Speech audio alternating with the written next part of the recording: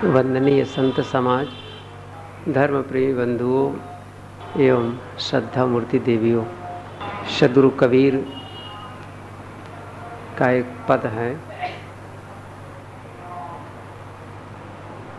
जाकर नाम अकहुअर भाई, ताकर काह रमैनी गाई। कहें तात्पर्य एक ऐसा, जस पंथी वोहित चढ़ी वैसा।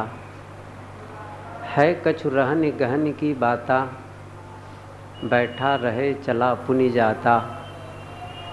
रहे बदन नहीं स्वांग स्वभाव, मन अस्थिर नहीं बोले काहू। तन राता मन जात है, मन राता तन जाए। तन मन एकै होय रहे, तब हंस कबीर कहाय। बीजक की ये रमैनी प्रथम पंक्ति में सद्गुरु कहते हैं कि जाकर काह रमैनी गाई। जाकर नाम अकहुअर भाई, ताकर काह रमैनी गाई। जिसका नाम अकहुआ है, अकहुआ ग्रामीण शब्द कबीर साहब जी के क्षेत्रीय शब्द। अकहुआ जो कहने में ना आए, और उसी को संस्कृत में कहें तो अनिर्वाच्य, लेकिन भाव तो वही है। अकहुआ जो कहने में ना आ रहा हो, जिसका नाम, जिसके बारे में कहना कठिन है, उसकी तुम रमैनी गा रहे हो। रमैनी प्रार्थना कर रहे हो, अर्थात उसे पाने के लिए विनय वंदना कर रहे हो। उसे पाने के लिए, उससे मिलने के लिए आरती वंदन कर रहे हो, अखंड पाठ कर रहे हो, रात दिन विनय वंदना में लगे हो। ये बात समझ में नहीं आती है। जो अकहुआ है, जो कहने में ही ना रहा हो, जो शब्द मात्र हो, कहा गया है वह अशब्द है। शब्द से परे, जैसे कि अशब्दम अरूपम अगंधम ये कहा गया है, वो न तो देखने में आता है, स्वाभाविक बात है। लोग परमात्मा की बात कहते हैं, ईश्वर की बात कहते हैं, उनके दर्शन की बात कहते हैं, उनकी याद और चिंतन के लिए कहते हैं। ये आप लोग सुने होंगे, अरे भी परमात्मा की याद करो, अच्छी बात है, करना भी चाहिए। लेकिन तब बात समझ में नहीं आती है।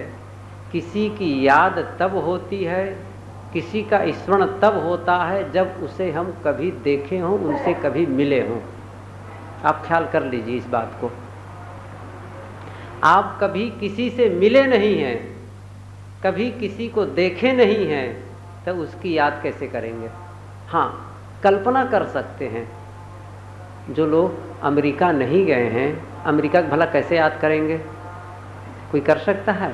टीवी में भी देखे होंगे तो भी कर सकते हैं, लेकिन देखे ही नहीं, कैसे याद करेंगे उसको? कल्पना मन में सोचते होंगे, इतना बड़ा मकान होगा। हम लोग यहाँ देखते हैं 20-25 मंजिल के बिल्डिंग, तो सोचते होंगे 100 वर्ल्ड ट्रेड सेंटर सुने ही हैं, 102 या कितना 101 मंजिल के रहा, तो कल्पना करती इतना बड़ा मंजिल रहा होगा, ऐसी वहाँ की सड़कें होंगी, ऐसे कारें होंगी। एक कल्पना करते हैं। जो चीज़ आदमी देखा ही ना हो, उसकी याद कैसे? याद नहीं, कल्पना कह सकते हैं। हाँ, परमात्मा की कल्पना करो, ये बात तो समझ में आती है। और याद करो, याद संभव ही नहीं है। आप खुद इस बात को व्यवहारिक रूप में समझ सकते हैं। किसी की याद तब होती है जब उससे आप कभी मिले हो या देखे हो। जो कभी कबीर मंदिर देखा ही ना हो, उनसे आप बताओ कबीर मंदिर ऐसा है वैसा है, एक उदाहरण, वही टेढ़ी खीर वाली बात हो जाएगी फिर। एक अंधा भोज में गया एक आदमी, तब भोज में गया तो कहे कहाँ गए थे भाई? अरे भोज में गया था, भोजन करने के लिए गया था। क्या हुआ भाई, क्या बना? अरे बहुत बढ़िया भोजन, अरे क्या बना था। अंधा आदमी कब कैसे बताया जाए क्या बना था, फिर भी बताना पड़ा। खीर बनी थी, खीर। भाई ये खीर क्या होती है? अरे खीर क्या होती तुम भी नहीं जानते हो। अरे खीर में दूध, चावल, चीनी और भी मेवा इत्यादि डाल देते हैं और पकाए। चावल, चीनी और भी मेवा इत्यादि डाल देते हैं और पकाया जाता है, वो खीर है। भाई बड़ा विचित्र हो। ये दूध कैसा होता है? अरे भाई बड़े विचित्र हो, तुम भी कुछ नहीं समझते हो। अरे दूध कैसे? तो दूध सफ़ेद होता है, सफ़ेद रंग का, जैसे पानी होता है, पानी उस प्रकार वो सफ़ेद होता है। भैया सफ़ेद क्या है? अंधा आदमी सफ़ेद बताओ भला, है कितना कठिन है, आप समझा पाएंगे? बड़ा मुश्किल है। सफ़ेद होता है, सफ़ेद। कि सफ़ेद कैसे होता है भाई? ओफो, किसी भी नहीं जानते हो तुम। अरे सफ़ेद, सफ़ेद होता है जैसे बगुला होता है ना, बगुला, बगुला बिल्कुल वैसे ही सफ़ेद होता है, सफ़ेद रंग वैसे ही होता है। बड़े विचित्र। अरे बगुला कैसे होता है? अरे भाई हम कैसे बताएं, बगुला होता है जैसे उसका जो वो जो चोंच होता है ना, गला, वो बड़ा वो घुमावदार होता है, इतना लंबा होता है। कैसे होता है कि भाई वो होता है हंसिया की तरह, हंसिया जैसे होता है ना वैसे ही। फिर बताना कठिन उनको, हंसिया कैसे? अब तब बताया कि ऐसा है, हाथ को किया वैसे, हाथ को वैसे नहीं, हंसियत नहीं बताया था, क्या ऐसे होता है तो हाथ को टटोला वैसे गोल, ऐसे थोड़ा से मोड़ में। तब अंधा ने सोचा अरे राम राम राम राम, ये तो भाई ऐसा गोल होता है, वो तो हंसिया की तरह होता है, कैसे खाते हो तुम लोग?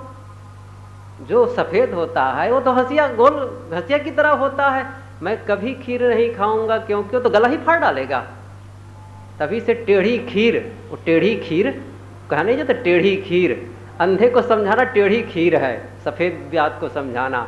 अब कभी कोई देखा ही नहीं यहाँ परमात्मा। मैं समझता हूँ यहाँ बैठे हैं, ईमानदारी से यदि कोई कहे तो कोई नहीं देखा होगा। मैं तो देखा ही नहीं हूँ, मैं क्या कहूँ। आप लोग भी शायद नहीं देखे होंगे, और होंगे तो भाई टेढ़ी खीर वाली बात होगी, नहीं हो सकता है, क्योंकि वो देखने की चीज़ ही नहीं है। असंभव है देखने की चीज़, जो है ही नहीं। सदगुरु कबीर ने कहा है, करते किया न विधि किया, रवि शशि परी न दृष्टि, तीन लोक में है नहीं जाने सकलो सृष्टि। न तो किसी कर्ता ने उसका निर्माण किया है, न विधि ने, कोई नियम से नहीं बना है वह। करते किया न विधि किया, चाहे ब्रह्मा कहो चाहे नियम कहो। और रवि शशि पर, चाहे ब्रह्मा कहो चाहे नियम कहो। और रवि शशि परी न दृष्टि, सूर्य के प्रकाश में दिखता नहीं है, रात्रि में दिखता नहीं है, चंद्रमा के प्रकाश में, रवि शशि परी न। और साहब कहते हैं अंत में फाइनल, तीन लोक में है नहीं जाने सकलो सृष्टि। लेकिन संसार के लोग इसी को जानना चाहते हैं, जो है ही नहीं अनुपस्थित उसको जानना चाहते हैं। सदगुरु कहते हैं उसको तुम अकहुआ कहते हो, अपने ही कहते हो अकहुआ है, वह निराकार है। बहुत कुछ कहते हो, कहाँ है? अरे ऊपर, बस हाथ उड़ जाएगा तुरंत ऊपर, ऊपर है। ठीक है भाई, है, अच्छी बात है, ठीक है, सब कुछ है। लेकिन साहब कहते हैं जिससे कभी मुलाकात नहीं हुई है उसको तुम रमैनी गा रहे हो, वो प्रसन्न करने के चक्कर में पड़े हुए हो। कैसे वो प्रसन्न होंगे? एक होती है अवधारणा और एक होती है अनुभूति, दोनों के भेद को समझना चाहिए। अवधारणा में भिन्नता होती है, अनुभूति में भिन्नता नहीं हो सकती है। अनुभूति और अवधारणा, अवधारणा जैसे यहाँ जितने लोग बैठे हैं, एक कल्पना करें, एक अवधारणा, यहाँ जितने लोग बैठे हैं एक कल्पना करें, एक अवधारणा मन में बैठे हैं कि भाई चलो एक ईश्वर की रचना करो, मन में सोचो, तो सबके ईश्वर अलग अलग होंगे, क्योंकि अवधारणा की है ना मन में, निश्चित है। लेकिन एक ये कहा जाए कि जो अनुभूति है चुपचाप बैठे रहें और बैठे बैठे सोचते रहें, तो सबके मन की अवधारणा अलग अलग। लेकिन ये कहा जाए कि जो कुछ आप नक्शा बना रखे हैं ना, उसको सब खत्म कर दीजिए तो सबके एक बराबर हो जाएंगे। बोलने में अंतर होगा लेकिन मौन में अंतर नहीं होगा, क्योंकि बोलेंगे सोच करके, कुछ कल्पना करके। अभी सबको बोलने का आपस में कह दिया जाए, तो दो दो आदमी को गुट दे दें कि दो दो आदमी आपस में चर्चा करो, तो दो जने जो बोलेंगे हो सकता है दूसरा ग्रुप बिल्कुल भिन्न बोले, फिर तीसरा कुछ और बोलेगा। लेकिन सबको मौन हो जाओ, मौन में बराबरी है, सबकी अनुभूति वही होगी। फिर लेकिन वाणी जो भी सोचेंगे एक अवधारणा, एक कल्पना करेंगे, उसमें भिन्नता हो सकती है। और इसीलिए अलग अलग ईश्वर का निर्माण लोगों ने किया भी है, ये आप भी जान सकते हैं। हिंदुओं का ईश्वर का अलग ढंग है, मुसलमानों का अलग, और ईश्वर का अलग ढंग नहीं है। हिंदू का ईश्वर संस्कृत जानता है और मुसलमानों का ईश्वर उर्दू, क्या कहते हैं उसको, उर्दू इत्यादि नहीं, अरबी फारसी जानता है। और उनका ईसाइयों का ईश्वर क्या भाषा कहते हैं उनको, हिब्रू कहते हैं, वो जानता है। पारसियों का अलग है। और जो होगा, जो देवता इत्यादि, और खाने पीने का ढंग अलग अलग, उनका खाने का ढंग, हिंदुओं का जो देवता उसमें भी भिन्नता है। कोई 2 हाथ वाला है तो कोई 4 हाथ वाला है, कोई बंसीधारी है तो कोई कंबलधारी है, कोई त्रिशूलधारी है तो कोई कुछ है। क्यों? अवधारणा है। इसीलिए एक विद्वान ने लिखा है, यदि घोड़ा कल्पना करे एक अच्छे ईश्वर की तो सुंदर घोड़ा बनाएगा। वो ईश्वर के सोचेगा, वो थोड़े सोचेगा आदमी सरीखे ईश्वर होगा, वो घोड़ा के समान ही ईश्वर सोचेगा। आदमी जो विकसित होता है, जो वो आदमी सोचता है कि हमारा ईश्वर, वैष्णव लोगों का ईश्वर बतासा खाएगा, तुलसी दल खाएगा, मिठाई खाएगा। लेकिन जो अवघड़पंथी हैं उनका शराब मांस, बूढ़ा देवता बस्तर में है, वो शराब मांस सब खाता है, बलि चढ़ता है उसमें। ईश्वर की भिन्नता है। अपने ईश्वर को देखो, प्राय हिंदुओं का ईश्वर होता है शाकाहारी, मुसलमानों का ईश्वर मांसाहारी, और कहीं बढ़े फिर मांसाहारी। गजब है। वो भी कुर्बानी देते हैं उसके लिए। गुरुदेव जी कई बार कहते हैं वह भी गजब ईश्वर है, देवी और देवता हैं जो किसी की कुर्बानी से प्रसन्न होता है। किसी प्राणी के गले में छुरी चलाओ और जब प्राणी तड़फड़ाने लगे, वह देख करके उनका ईश्वर प्रसन्न होता है। गजब है। ये अवधारणा है, अनुभूति किसी की नहीं है। अनुभूति होगी तो एक होगा। सबका ईश्वर एक, ये भी कहते सबका ईश्वर एक। जब एक है तो अलग अलग किताब क्यों, अलग अलग पंथ क्यों, अलग अलग मंदिर और मस्जिद और इसके निर्माण क्यों? एक ही ईश्वर सबको एक समान। मतलब आप चाहेंगे आप अपने लड़कों को लड़ें आपस में?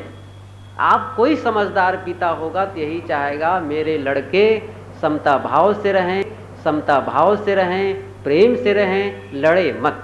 ये आप, एक सामान्य व्यक्ति अपने पुत्रों के बारे में एक मनोकामना करता है। और क्यों? अब आप लड़े भी तो आप समर्थ नहीं उनको बचा सके, आप गलत करें तो नहीं बचा सकते क्योंकि आप समर्थ नहीं है। लेकिन जो सर्वज्ञ है, जो समर्थ है, सब जगह है, वह तो यदि न माने तो फिर 2-4 चाटा लगाए ठीक ठाक हो जाओ। क्यों लड़ते हो तुम? हम लोग तो ठीक ठाक है, हमारे लड़ते क्यों हो तुम लोग? सीधी सी बात, सब ठीक ठाक हो जाएं। लेकिन अब जो हो तब आकर के ये उसको नकारे। सदगुरु यही कहते हैं, जो है ही नहीं जाकर नाम अकहुआ रे भाई। जो अकहुआ है, जो कहने में ना आ रहा है, जो देखने में नहीं आ रहा है, उसकी रमैनी गा रहे हो, उसको प्रार्थना कर रहे हो, उसको रिझा रहे हो। रिझाओ उसको जो रिझे। एक ढंग और धार्मिक क्षेत्र में जो एक महाकल्पना है कि अद्भुत, यही आकर के आदमी पंगु बन जाता है। इसको इस ढंग से समझे थोड़ा सा। कोई अंधा आदमी है, जनवांध, बिल्कुल कभी ना देखा हो, उसको बैठा दिए एक चौकी में, उसके सामने नाचो खूब। इतना नाच रहे हैं कि वो प्रसन्न करने के लिए, अपनी प्रसन्नता के लिए नाचना अलग चीज है, लेकिन उस अंधे को प्रसन्न करने के लिए नाचना बिल्कुल गलत है। और जो बहरा हो, कभी सुनता ही ना हो, उसको इतने सुरीली बात गीत गा गा करके सुनाना चाहते हो और उसको प्रसन्न करना चाहते हो। अब भला बताओ, जिसका कान ही नहीं है वो भला कभी सुनेगा? कैसे सुनेगा? संभव ही नहीं सुनना। अब आप सोच सकते हैं, जो कभी देखता नहीं आपके नाचने की क्रिया को, जो आपकी बातों को कभी सुनता ही नहीं है, ऐसी जगह हम अगरबत्ती जलाते हैं जिसमें सूंघने की क्षमता नहीं है। वहां दीप और प्रकाश करते हैं जिसकी आवश्यकता नहीं, और दीप प्रकाश तो बहुत दूर है। एयर कंडीशन की भी व्यवस्था है, खाने पीने की वही है, इतने टाइम भोग, इतने टाइम भोग। और ये खाने की व्यवस्था, यहाँ तक के पोथी पूजा के चक्कर में उनके विश्राम की भी जगह बनी हुई है। मैं सुना हूँ पोथी वाले लोग उसको विश्राम करने की भी जगह बना चुके हैं। अब भला बताइए कैसे होगा? कहाँ तक समझा जाए इस चीज को, इस भेद को? अवधारणा है। जहां अवधारणा आएगी वहां कल्पना करेंगे और उसमें भिन्नता होगी, एक रूपता नहीं हो सकती। अनुभूति में एकता हो सकती है और अनुभूति भीतर होती है, अनुभूति कभी बाहर संभव नहीं है, अनुभूति सदैव भीतर संभव है। इसलिए खिलाने के लिए आप प्रयास कर रहे हैं, सब कुछ के लिए प्रयास कर रहे हैं, उसके लिए पंखे पानी और सब कुछ की व्यवस्था कर रहे हैं। अभी पता नहीं है उनके लिए टॉयलेट इत्यादि की व्यवस्था है कि नहीं, वो लोग जाने, उनकी व्यवस्था है, करें या ना करें। लेकिन मैं ये कह रहा था कि जिसका नाम अकहुआ है उसकी वंदना, और आजकल लाउड स्पीकर लगा करके जो अखंड कीर्तन और अखंड पाठ किया जाता है धर्म के नाम पर। इधर अभी पिछले साल के और पिछले साल हम लोग गए थे राजस्थान में, एक जगह है, माली की जगह कौन गांव है, प्रतापगढ़, चित्तौड़गढ़ तरफ है वो, प्रतापगढ़ वही शायद जिला है। तो जिला चित्तौड़गढ़ प्रतापगढ़, तो एक मंदिर में देखा कि माइक लगा था और हमेशा पाठ पूछा गया कब से चल रहा है, कि महीना भर से चल रहा है, महीना भर से। अब समझ नहीं आया कि आसपास के लोग बेचारे लोग कौन से पाप के भागी थे कि दिन और रात, कोई विद्यार्थी परीक्षा का टाइम, कोई बीमार को विश्राम की आवश्यकता, आपको पाठ करना है करिए, कोई आवश्यक, आप माइक को हटा दीजिए रात में 10 बजे के बाद में, कौन मना करता है। लेकिन कोई इस बात को कहे तो अधार्मिक कहलाए, वो पापी कहलाए, वो नास्तिक कहलाए। सोचिए इस बात को, ये कौन आपको विनय वंदना की बात आई। सदगुरु कहते हैं जाकर नाम कौवर भाई ताकर काह रमैनी गाई। एक दूसरी बात आगे साहब कहते हैं वस्तुतः कहें तात्पर्य एक ऐसा जस पंथी वो हित चढ़ी वैसा। उस ज्ञान का एक तात्पर्य, एक संकेत कहा जा सकता है, वो कोई देखने और दिखाने की चीज नहीं है। आत्मा, कुछ लोग आत्मा, हम लोग आत्मा को मानते हैं, लेकिन बात तो वही आई, क्या आत्मा को देखा है कोई? कोई देखा है भला? आत्मा को भी नहीं देखे। अब परमात्मा का आप कहे जा रहे हैं कि परमात्मा को नहीं देखे, क्यों भी नाम वंदना गाते हैं, आत्मा की भी देखा नहीं है। कोई है जो आत्मा देखा है अभी तक के? आत्मा कहो, जीव कहो, ब्रह्म कहो, जो भी नाम लो, आत्मा भी देखने की चीज नहीं है, ये बात सही है। लेकिन उसका अनुभव तो सब कर रहा है। यह कहें कि आप हैं कि नहीं, इस बात को आप अपने मन में विचारिए कि मैं हूं कि नहीं हूं। क्या ऐसा लगता है कि मैं नहीं हूं? किसी को नहीं लगेगा, इतना अवश्य लगेगा कि मैं हूं। और मैं हूं की जो अनुभूति हो रही है वही आत्मा है। मैं खाऊंगा, मैं नहीं खाऊंगा, मैं जाऊंगा, मैं नहीं जाऊंगा, मैं ये करूंगा, मैं वह नहीं करूंगा, मैं तुम्हारी बात मानूंगा और नहीं मानूंगा, ये मैं कौन कह रहा है? वही जो सबके घट में बैठा है। उसके लिए केवल संकेत कहा जा सकता है। न तत्र चक्षुर गच्छति न वाग गच्छति न मनो न विद्मो। एक उपनिषद में आया है कि वहां आंख नहीं पहुंचती। क्यों? आंख के उस जिसके माध्यम से आंख देखता है वही तो असली ब्रह्म है। आंखों से देखकर जिसकी तू उपासना करता है वह ब्रह्म नहीं है। ये आत्मा सबके भीतर जो बैठा हुआ है, आत्मा अस्तित्व, जो अहम मैं हूं ये अनुभव कर रहा है, जिसको डेकार्ट ने कहा है पश्चिम के विद्वान, I think therefore I am, मैं सोचता हूं इसलिए मैं हूं। इस वाक्य का पूरे विश्व में गूंज हुई और कुछ लोगों ने सराहा, कुछ लोगों ने इसको नकारा। भौतिकवादी लोग अपने ढंग से इसको कहा, अध्यात्मवादी ने इसको अपने ढंग से कहा, लेकिन है बहुत महत्वपूर्ण। मैं सोचता हूं इसलिए मैं हूं। इसको थोड़ा घुमा दीजिए इस पंक्ति को, मैं हूं इसलिए सोचता हूं। मैं ना हूं तो सोचने का कौन? आप कहते ठीक है कि मैं सोचता हूं इसलिए मैं हूं, लेकिन मैं समझता हूं कि मैं हूं इसलिए सोचता हूं। आपका अस्तित्व पहले है, सोचना बाद में है। अस्तित्व के नाते सोचना होगा। सत्ता को नकार नहीं सकते। शब्दों को आदमी गढ़ता है। हम जीव कहते हैं, कोई आत्मा कहता है, कोई ब्रह्म कहता है, पानी कहते हैं, कोई जल कहता है, कोई आप कहता है, कोई वाटर कहता है। शब्दों को आदमी गढ़ता है, सत्ता को गढ़ता नहीं है। इसीलिए जो गढ़ता है, कोई भी गढ़ेगा वो सत्य नहीं होगा, और जो गढ़ा नहीं जाएगा, जो सदैव है वही सत्य है। इस बात को समझे। यदि हम किसी परमात्मा की कल्पना करके मन में खाका खींच रहे हैं, इसका मतलब वो असत्य है। और जिसको हम और शब्द भी देते हैं, कोई ईश्वर कहा, कोई ब्रह्म कहा, कोई परमात्मा कहा, कोई अल्लाह कहा, कोई खुदा कहा, ये शब्द हम गढ़े हैं, लेकिन सत्ता कोई नहीं गढ़ेगा। आत्मा एक सत्ता है, इसको कोई नहीं गढ़ेगा। मिट्टी, पानी, आग, हवा, ये एक सत्ता है जिसको और भी इलेक्ट्रॉन, प्रोटॉन, न्यूट्रॉन, जो भी आप नाम दीजिए वैज्ञानिक लोग ढंग में, लेकिन जो मूल इकाई है उसको गढ़ेगा नहीं कोई। उसको पानी को जल कहे, कुछ कहे, शब्दों का अंतर हो सकता है लेकिन सत्ता में अंतर नहीं होगा। इसलिए सत्ता निर्विवाद है, मैं हूं, इसको साहब कहते हैं। उसका भी एक संकेत किया जा सकता है। वो ज्यों के त्यों न देखने की चीज है न दिखाने की चीज है, और वह न उसकी रमैनी की भी आवश्यकता नहीं, उसकी प्रार्थना की आवश्यकता नहीं। ये बात प्राय कही जाती है कि भाई आत्मा भीतर है, भीतर घूमो, भीतर घूमो, भीतर झांको। ये प्राय आप लोग सुने होंगे, समझ बात नहीं आती है कि भीतर कौन झांके। जो भीतर है वो क्या भीतर झांके? कोई बाहर खड़ा है जो भीतर झांके, और जो बाहर खड़ा होगा भीतर झांकेगा कैसे? ये भी संभव नहीं है। ये कहने का ढंग यह है कि हमारी शक्ति हमेशा इंद्रियों के माध्यम से बाहर विकीर्ण हो रही है। आंख से शक्ति बाहर निकल रही है, कान से निकल रही है, मतलब किसी भी भांति जो इंद्रियों से हम जुड़ते हैं जगत से, जैसे जगत से जुड़े वैसे शक्ति बाहर हुई, और जैसे जगत का संबंध कटा वैसे आत्म का दर्शन हुआ। दर्शन का मतलब उसका अस्तित्व का भान हुआ, उसमें स्थिति हुई। वो ऐसी स्थित है, उसी को स्व अपीति, सुषुप्ति कहा गया। स्व अपीति दो ढंग है, एक सुषुप्ति में अपने को पाना होता है, उपनिषद में कहा है स्व अपीति। स्व अपने को, अपीति माने पाना।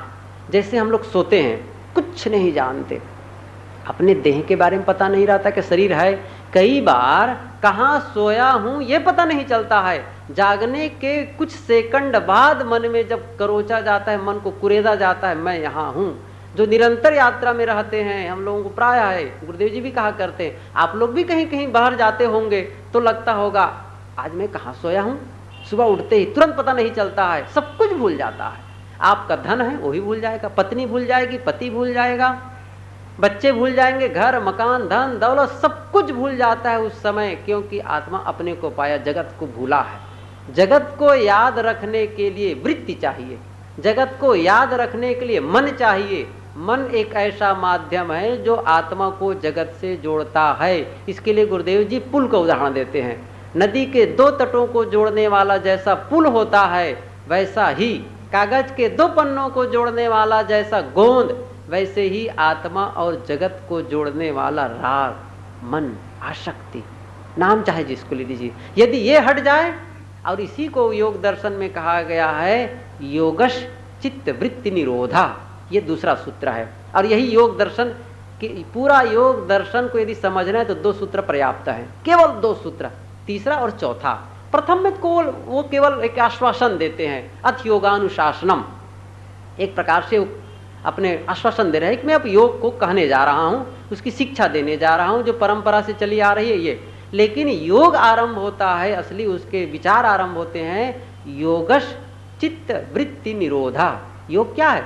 चित्त के वृत्तियों का निरोध। यही चित्त जो जोड़ता है, उसका निरोध कर दिए तब क्या होता है? तो अगला सूत्र उसके बारे में कहते हैं, तदा द्रष्टु स्वरूपे अवस्थानम, तब दृष्टा की अपने रूप में स्थित होती है। बस इतने में पूरा योग दर्शन समा गया। अब आगे और फिर उसके भेद, आगे और फिर उसके भेद प्रभेद हैं, उसको कहते जाते हैं ऋषि। कहने का मतलब यह है कि उसका केवल संकेत होता है। इसलिए साहब कहते हैं, है कछु रहनी गहनी की बाता, बैठा रहे चला पुनि जाता। आगे एक पंक्ति यही है कछु रहनी, कहे तात्पर्य एक ऐसा, जस पंथी वोहित चढ़ी वैसा। उसका एक संकेत, एक इशारा किया जा सकता है, उसको ज्यों के त्यों नहीं बताया जा सकता। इसीलिए साहब गूंगे की सरकरा कह देते हैं। तमाम उसके लिए और शब्द अशब्द है, उस शब्दों से, क्योंकि शब्द काया से रहित है, वो शब्द नहीं है, शब्द से परे है। शत्रु कबीर ने कहा है कि शब्द शब्द सब कोई कहे, वो तो शब्द विदे, जिभ्या पर आवे नहीं, निरखी परखी कर ले। लोग कहते हैं शब्द है, शब्द, शब्द को ही परमात्मा मानने लगे, शब्द को ही आत्मा मानने लगे। नहीं, शब्द नहीं है, वो तो शब्द विदे, वो शब्द काय से रहित है। जिभ्या पर आवे नहीं, निरख परख कर ले।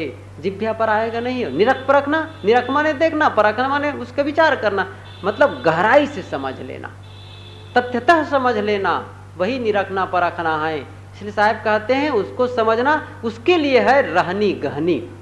रहनी और गहनी दो शब्द बहुत महत्वपूर्ण है। गहनी है ग्रहण और रहनी है रह जाना। ग्रहण क्या करना है? एक तो कल्याण के लिए समझ, और उसके साथ साथ कल्याण के जो अंगोपांग हैं, तमाम उसके भेद प्रभेद हैं, सद्गुण सदाचार और जो भी उसकी आवश्यकताएं हैं उस कल्याण की दशा में पहुंचने के लिए, उन सारे सद्गुण सदाचारों को ग्रहण करना।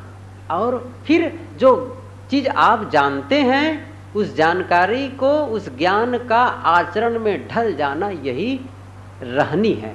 रहनी का मतलब क्या है? जो कुछ जानते हैं उसका आचरण में प्रयोग हो जाना, यही रहनी है। इसलिए है कछु रहनी गहनी की बाता बैठा रहे चला पुनि जाता। उसके लिए और कोई अभ्यास और प्रयास की बात नहीं है, उसके लिए रहनी और गहनी की आवश्यकता है। जो रहनी और गहनी को धारण कर लेता है, उस पर सवार हो जाता है, वो उसी प्रकार पहुंच जाता है जैसे कोई नाविक, जैसे कोई नाव में बैठा यात्री हो, वो बैठा है और चला भी जा रहा है, बैठा है और चल भी रहा है, दोनों बातें हैं।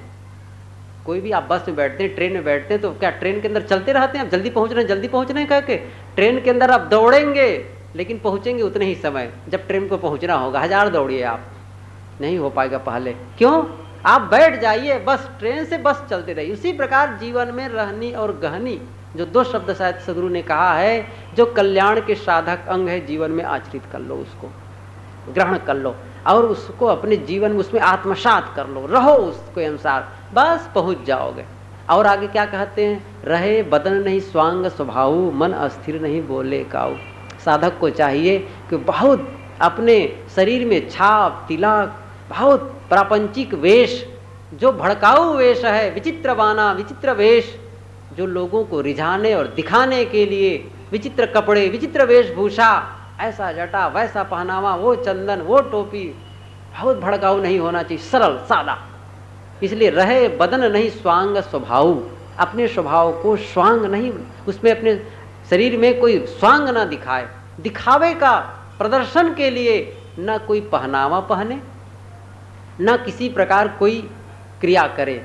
मन अस्थिर नहीं बोले काहू, एक दूसरी उसके लिए आवश्यकता है, मन को स्थिर कर दे और किसी से न बोले। मन की स्थिरता के लिए वाणी की स्थिरता बहुत आवश्यक है। इसीलिए ध्यान शिविर इत्यादि में जो मौन के लिए कहा जाता है कि मन, उसके बाद वाणी, उसके बाद मन। तन ये स्थूल है, वाणी थोड़ा सूक्ष्म और मन और सूक्ष्म।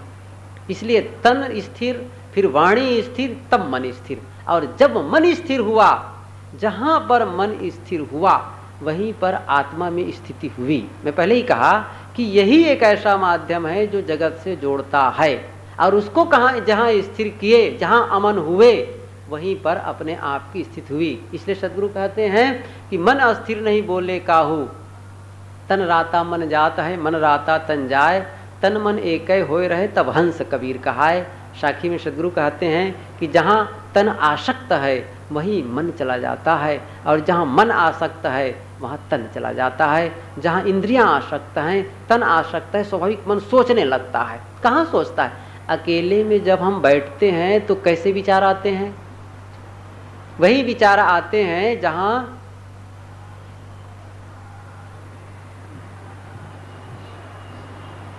थोड़ा और आगे बढ़ लीजिए, आप लोग बढ़ जाइए।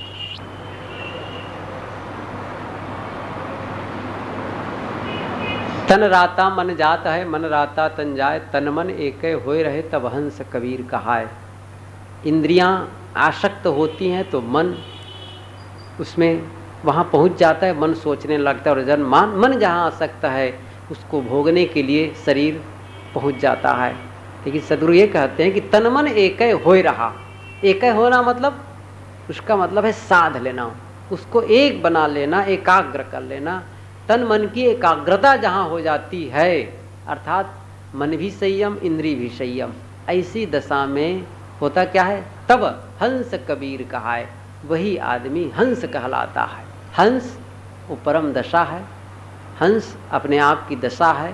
उस हंस दशा में पहुँचने के लिए, आत्म स्थिति में पहुँचने के लिए आवश्यक है तन मन की एकाग्रता। और उसके लिए पहले साहब कहते हैं कि न बोले काहू, मन अस्थिर नहीं बोले काहू, बहुत बकवाद न करे, बहुत प्रपंचिक वाणी न बोले, जो आवश्यक हो वो तो बोलना ही पड़ेगा, और बहुत दिखावा वेशभूषा न बनावे, सरल सात्विक हो, और रहनी गहनी, इन बातों को ध्यान में रखें। जो रहनी है, जो आचरण है, उसके लिए अचानक कोई घटना नहीं घटती है। जहाँ ध्यान समाधि की बात होगी, कल्याण और मोक्ष की बात होगी, कोई बात होगी, कोई काम के पहले उसकी एक प्रणाली होती है, एक प्रक्रिया होती है। उस प्रक्रिया के पूरी हुए बिना काम की सफलता नहीं है। यदि हम कल्याण चाहते हैं, यदि हम मोक्ष चाहते हैं, तो उसके पूर्व की प्रक्रिया जो है उसको पूरी करनी होगी, और वही है रहनी और गहनी। इसलिए साहब कहते हैं उसकी आवश्यकता है, वह बहुत विनय वंदना की आवश्यकता वहाँ पर नहीं है। हाँ, उसके लिए एक संकेत किया जा सकता है, सदगुरु की का यह पद कि जाकर नाम अकहुअर भाई, ताकर काहर रमैनी गाई। कहें तात्पर्य एक ऐसा, जस पंथी वोहित चढ़ी वैसा, है कछु रहन गहन की बाता, बैठा रहे चला पुनि जाता। रहे बदन नहीं स्वांग स्वभाव, मन अस्थिर नहीं बोले काहू। तन राता मन जात है, मन राता तन जाए, तन मन एकै होए रहे, तब हंस कबीर कहाए।